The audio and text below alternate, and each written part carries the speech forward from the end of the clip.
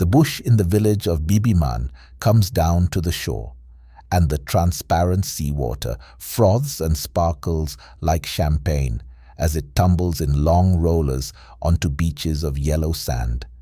In the estuaries, one escapes from the restlessness of the sea into backwaters full of reeds where ducks and wading birds rise from the seaplain. One glimpse here and there of a rocky precipice. It is not a grand or dramatic spectacle, but it is very beautiful, and it has that kind of rugged expansiveness that makes the traveler feel alive and free. The light is too harsh, the trees too thin and sparse, the ground too hard, and there are no soft outlines anywhere. Desiccation seems to be the theme, a pitiless drying out of all sap and moisture. Monotonous is the favorite adjective for the bush, monotonous and therefore worthless. It is a country for the ants. But then on closer acquaintance, one begins to perceive that, very silently and slowly, life is going on here at another level. The embattled young sapling that looks so gnarled and old is full of strength. Its tiny flowers are a gay miniature of larger flowers, and its leaves, when burnt or crushed, releases a smell as pungent as lemons.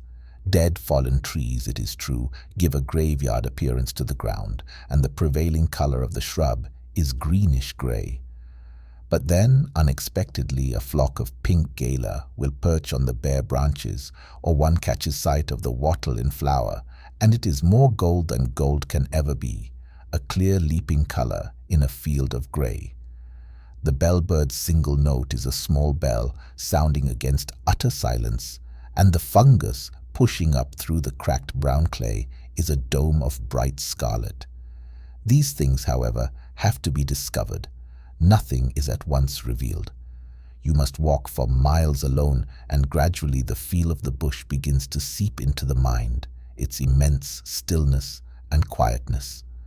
And out of that austerity, it is a wonderful thing to see a wild animal start up and bound away, or to come on a group of herons fishing in a waterhole.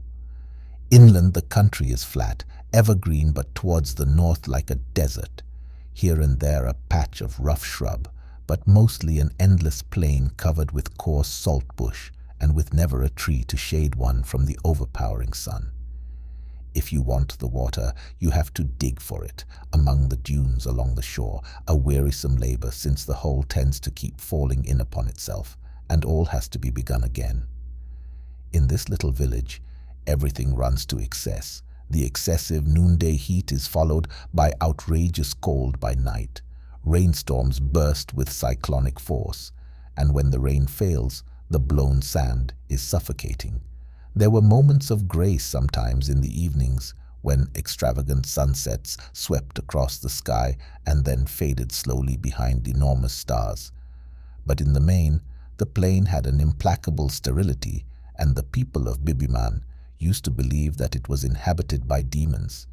They would therefore not chase a squirrel there.